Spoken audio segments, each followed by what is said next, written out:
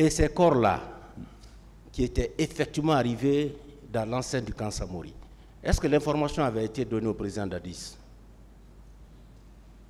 Moi, j'ai rendu compte après, quand le ministre est venu, de ma journée du 28. Et ce qui s'est passé dans les unités, j'ai dit ça au ministre. Le ministre, c'est lui qui remonte les informations au président de la République. Le ministre de la Défense? Voilà, quand il n'était pas là, je vous ai dit, on est venu au camp. Quand on est venu, l'état dans lequel on l'a trouvé, il fallait le consoler. On ne pouvait pas lui dire quelque chose parce qu'il était fâché contre ces hommes, qu'on ne l'a pas laissé sortir pour aller, comment on appelle, chasser les militaires au stade. Donc ces chiffres-là, vous l'avez... Il insultait les gens. Quand il s'approche de la porte, les gens viennent se coucher, ils prennent son pied. D'accord. Ces chiffres-là... Il les donnait des permettez, ces chiffres-là... qui l'ont trahi. Ces chiffres-là, vous l'avez bien communiqué au ministre de la Défense, n'est-ce pas? Non, à ce moment, je n'avais pas le rapport. Je oui, ne pouvais pas lui communiquer quelque chose, mais j'ai appris qu'il y a eu des morts. Oui. Quand vous avez reçu le rapport, est-ce que vous avez communiqué? Il a reçu son rapport. Il a reçu aussi son rapport? Par la main de la Française. D'accord. Et il a reçu parce que ça a été confirmé par le ministre qu'il a reçu le rapport. Merci. Quand j'ai eu le rapport, je voulais aller lui déposer. La Française m'a dit, non, ça c'est pour toi, c'est moi-même qui va déposer le rapport. Et le soir là même, quand je suis venu au camp, je lui ai dit, ah, la Française m'a donné un rapport concernant les événements. J'ai dit, les décédés et les blessés. Elle a dit oui, qu'eux aussi, ils ont reçu. D'accord. Et les consignes données aux militaires, est-ce que ces consignes-là étaient étendues aux services spéciaux du colonel Thiebro? Bon, écoutez, moi je n'ai pas commandé un ministre. Je n'ai jamais commandé un ministre. Oui, vous avez compris la question? Ouais, vous dites si je l'ai communiqué. Est-ce que ces consignes-là étaient étendues aux services spéciaux du colonel Thiebro? Écoutez, pardon, Thiebro était ministre. Il ne relevait pas de moi. J'ai bien dit.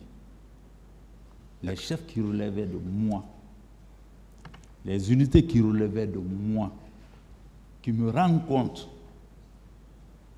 je les ai appelés.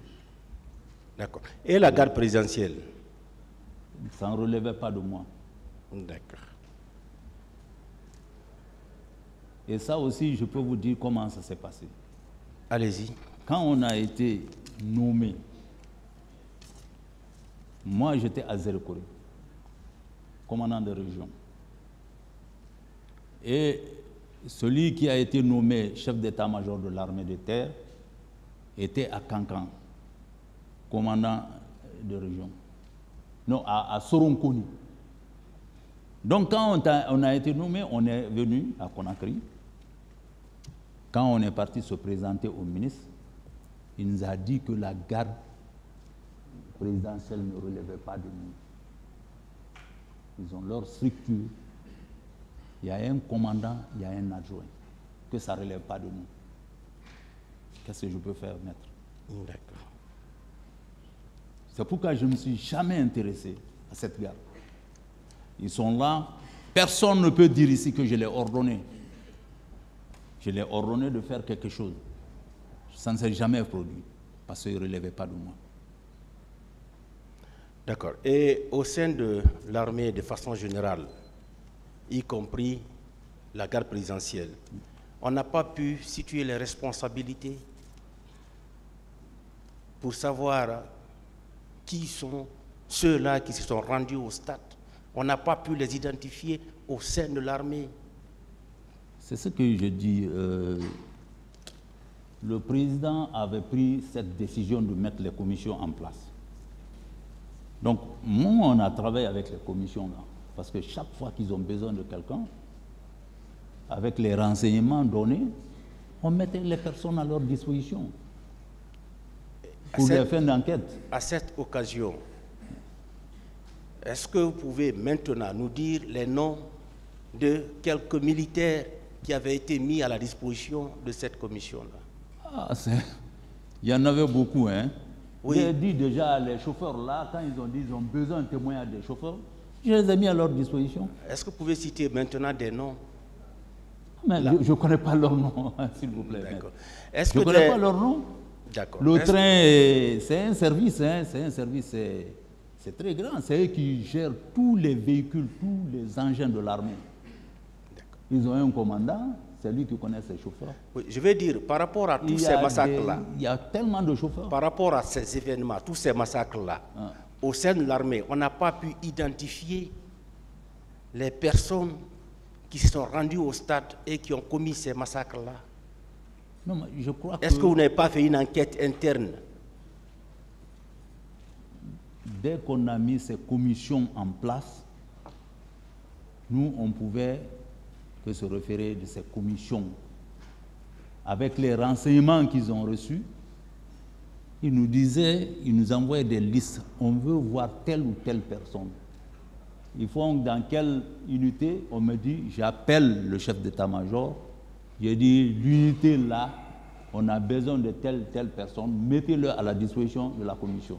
D'accord. Est-ce que des sanctions disciplinaires avaient été entreprises à l'encontre de quelques officiers ou agents qui étaient au stade? Bon,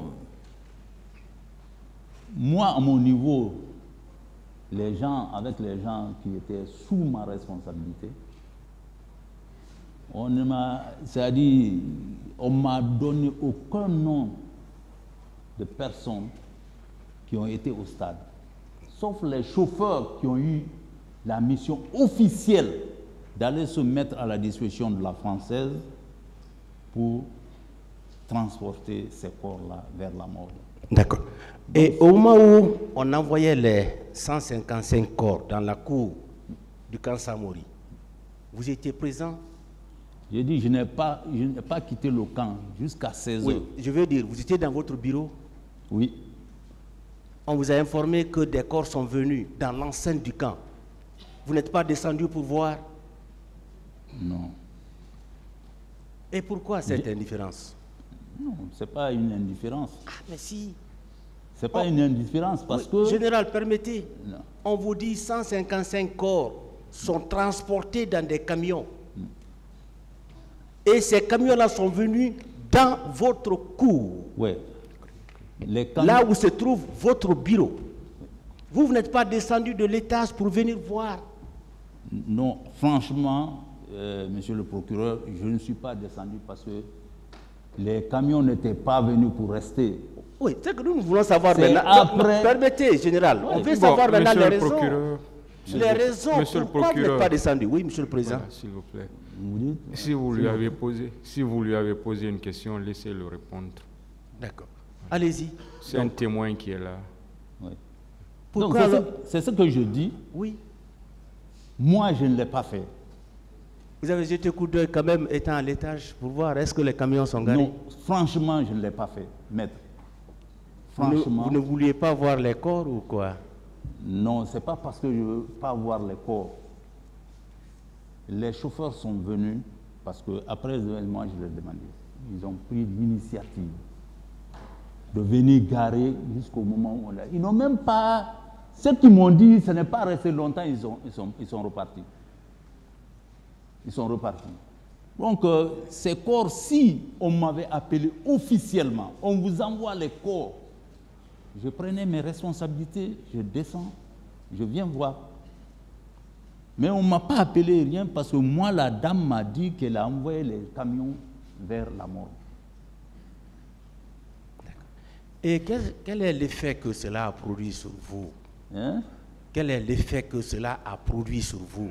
Vous êtes assis, on vient dire qu'on a tué 155 personnes au stade.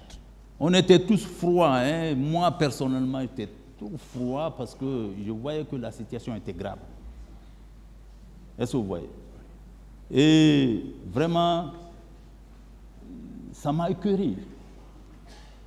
Et pour parce vous... que ce n'est pas notre mission, ça. Notre mission, c'est de protéger, mais ce n'est pas donner la mort à quelqu'un.